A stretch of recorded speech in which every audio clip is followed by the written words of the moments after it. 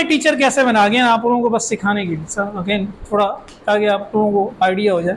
میں نے 91 میں میٹرک کیا اور میرے 2 چھوٹے, ایک بہن تھی ایک بھائی تھی, ماشاءاللہ دونوں میرڈ ہیں. بھائی جرمنی میں, سسٹر کی شادی گاؤں میں ہوئی ہے. وہ قریب میں محلے میں ایک ٹیچر کے پاس جایا کرتے تھے ٹیوشن پڑھنے نا. اب کوئی مسئلہ ہو گیا انہوں نے وہاں جانا بند کر دیا. تو ایک دفعہ میرے ابو گھر پہ انہوں نے یار تمہاری تعلیموں کا کیا فائدہ, یہ بچوں کو دوسروں کو بھیجنا پڑتا ہے, اپنے چھوٹے بہن بھائیوں کو پڑھا لو یار. میں نے کہا چلیں ابو کی ایک بات پہ تو عمل کر لیتے ہیں یار. تو ہمارے جس طرح گھروں میں پرانے زمانے ہوتی تھی, ایک چھوٹی سی بیٹھک تھی, اس کا دروازہ باہر کھلتا تھا. اچھا مجھے اوپن سپیس پسند ہے, میں نے سر سے کہا بھی نیچے والی جگہ بہتر تھی. بہرحال یہ میری پرسنل چوائس بھی ہے, ویسے وہ انوائرمنٹ بھی بہتر ہوتا. تو میں دروازہ کھول کے پڑھاتا تھا نا. دروازہ ظاہر گھر سے بھی تھا باہر کا بھی تھا, لیکن میں باہر والا دروازہ کھولتا تھا تاکہ ہوا اور روشنی آئے. تو ان دونوں کو بیٹھ کے میں نے پڑھانا شروع کر دیا. مجھے یاد نہیں ہے کلاس میں کوئی 1 میں تھا, سسٹر 2 میں تھی یا 12.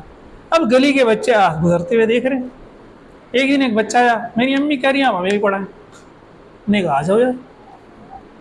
1 ہوا 2 ہوا 3 ہوا 4 ہوا 5 6 بچے ہو گئے. ٹھیک ہے میں ان کو پڑھاتا رہا, مہینہ 2 مہینے. کسی دن وہ میری امی نے ایک بچے کو بلایا ہوگا, اوے کیا مفت میں پڑھ رہے ہو, گھر سے فیس لے کے آنا. تو بچے نے اگلے دن لا کے فیس لا کے دے دی. میں نے کہا چلو یار مل رہا ہے تو. ہمارے ایک باس کہتے تھے چھٹی اور پیسہ جتنا ملے نہ نہیں کرنی بیٹا, لے لے. تو میں نے کہا چلو لے لو یار.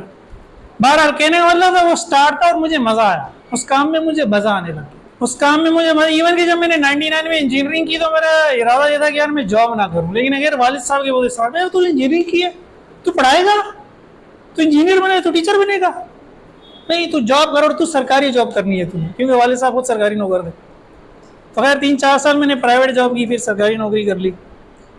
صحیح ہے. اور کہتے ہیں دنیا کے معاملات میں والد کی سننی چاہیے, تو الحمدللہ میں نے ان کی سنی ہے. اللہ بہتر ہی کرے گا.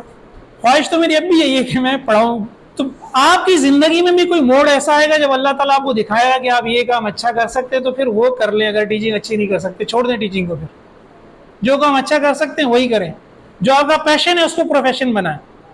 پیشن کو پروفیشن بنائیں گے کبھی بور نہیں ہوں گے, کبھی پریشان نہیں ہوں گے, مزہ آئے گا. میرے ساتھ اکثر ایسا ہوا, میرے سر میں درد ہے, میں نے 1 گھنٹے کا لیکچر دیا ٹھیک ہو گیا, کچھ بھی نہیں کیا میں, نہ کوئی ٹیبلٹ لی نہ کوئی چائے پی, کوئی ٹینشن ہے دور ہو گئی. یہ میں ایگزامپلس دے رہا ہوں. یہ اگر آپ وہ کام کریں جس میں آپ کا دل لگتا ہے, وہ کام آپ کو ریلیکس کرے گا, نہ کہ آپ کو ٹینشن دے گا. ٹھیک ہے.